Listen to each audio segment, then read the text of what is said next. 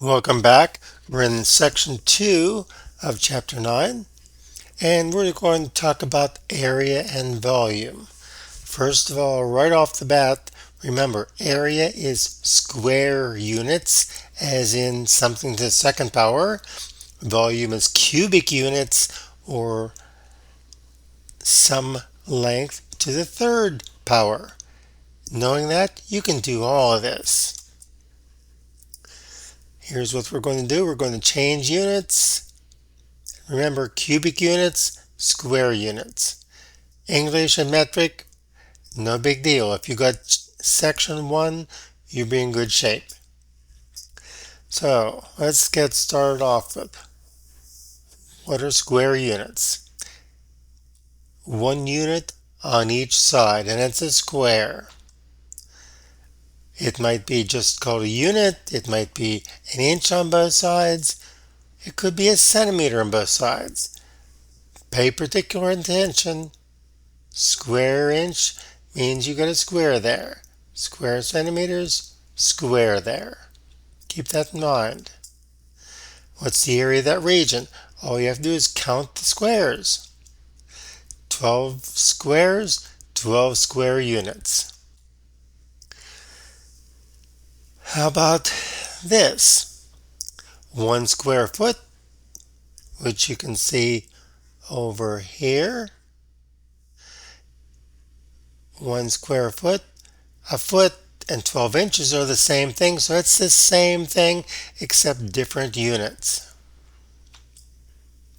Square yards, again, yard on each side, 3 feet on each side, same thing, different numbers and different units. Here are some numbers you might want to put on another note card. I don't have them memorized except for maybe the square foot and the square yard. The other two, no way do I remember those. I could if I wanted to, but I don't have any need to. But keep them handy. So here's something we can do.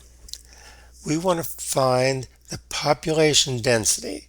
So first of all, I'll just use D for density. It would be the number of people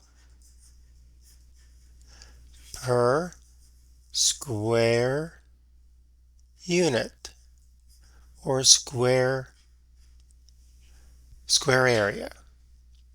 So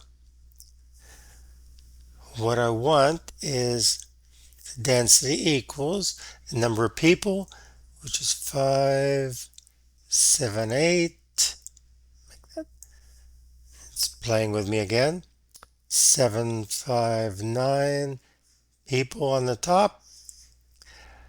The square units on the bottom, 97,814. Notice that's square miles. So divide those out, and 5.9 people per square mile of area. Now this is Wyoming. You might want, just for the fun of it, to see what it is for South Carolina. It's the same deal with the number of people on the top,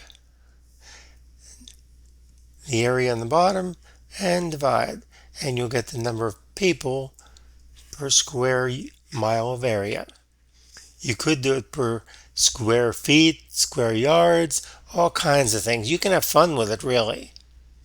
Here's some more equivalents between the English and the metric.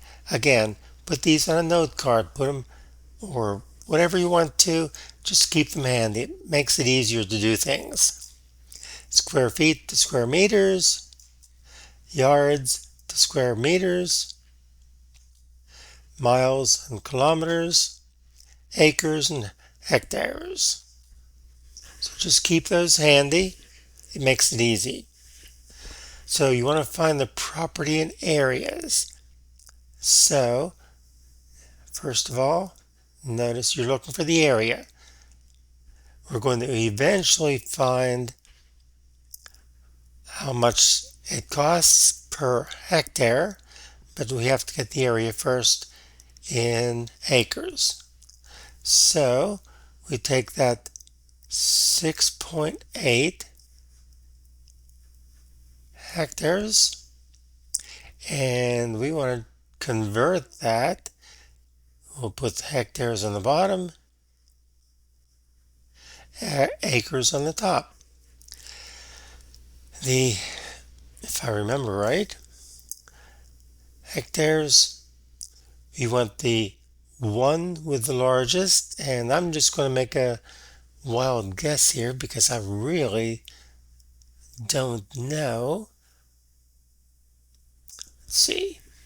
We're going to put, well, the way your next slide has it, it puts the 1 acre up there and hectares on the bottom, and hectares are about 0.4. Now you could have taken the 6.8 hectares and put the, again, acres on top, hectares on the bottom. Since this is bigger, you'd put the 1 there, and up here you'd have 2.5. Either way, just remember this has to be unit, has to be unit. So there's one way of doing it. You could also do it with the 2.5 on the top. Either way, you'll get 17 acres. Next, what do we have the price per acre? Well, first of all, you put the price on the top. How many acres do we have? 17. Divide that, and it's not going to come out even, so the approximation message is there, and you get 32,059 acres, or dollars per acre. Next, volume. Remember, this is a cubic unit. That means cubic meters, cubic inches, cubic feet, and so on. Remember, volume is in cubic units, which is something to this third power. Second power for area, third power for volume. And here again, some units you want to keep on your cheat sheet, if you want to call it that. It's just handy. Most of these I don't know by heart. In fact, even the cubic yard, I have to think a minute to get the 27 cubic feet. I definitely don't have that memorized. And you don't have to either. Here's a picture down here. There's a cubic inch. You can see that's bigger because the inch is bigger. So the cubic inches are going to be bigger than the cubic centimeters. Now remember, it's cubic units. Now if this is your cubic unit, how many do we have up here? Just count them. Now it's a little bit tricky, but you can count how many there are on the top and how many layers there are. How many of those cubic units do you have? 18 cubic units. 9 in the top, none on the bottom. None in between. You've only got 2 layers. Some more. Put these on your list of special capacities. Next, how about a swimming pool? You want to change cubic feet to gallons. Well, you look back here, cubic feet to gallons. This is what you're going to want. And you can make a unit fraction by putting the cubic feet over the gallons or the gallons over the cubic feet, depending on which one you need.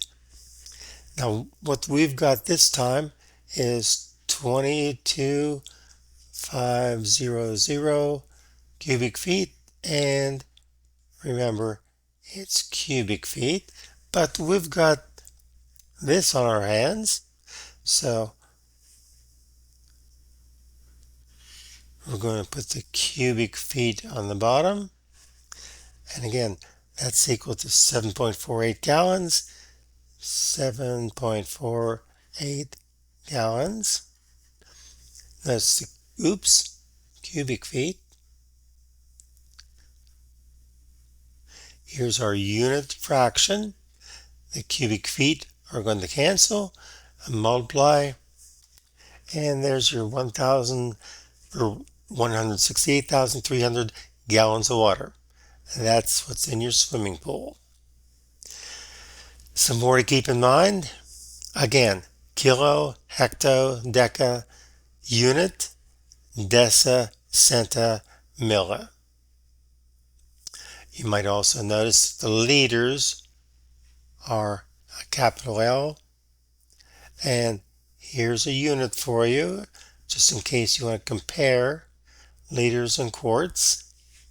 Remember, that's quarts, not gallons. So if you want it in gallons, you'd have to multiply both of those about by, well, not quite. You could do 4 liters to 1.06 quarts. If you want gallons, you'd have to do it your own way. So how about 1 gallon? Well, first of all, you want to get rid of the gallons. So put it on the bottom. You want quarts.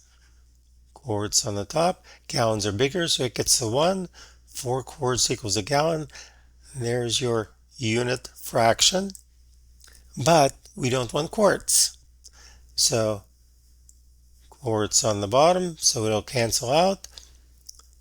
Liters on the top. And 1.06 quarts equals 1 liter. And do the multiplication and division. All right, you can do that for yourself. Inside the metric system itself, these are some good ones to remember, especially these two. 1 milliliter and 1 cubic centimeter are exactly the same thing. So if you were in the medical field, for example, that's something you'd want to know. Also, what is a liter? Well, it's 1,000, nice even 1,000 cubic centimeters. And of course, we've got this one too. 1 cubic meter equals 1 kiloliter.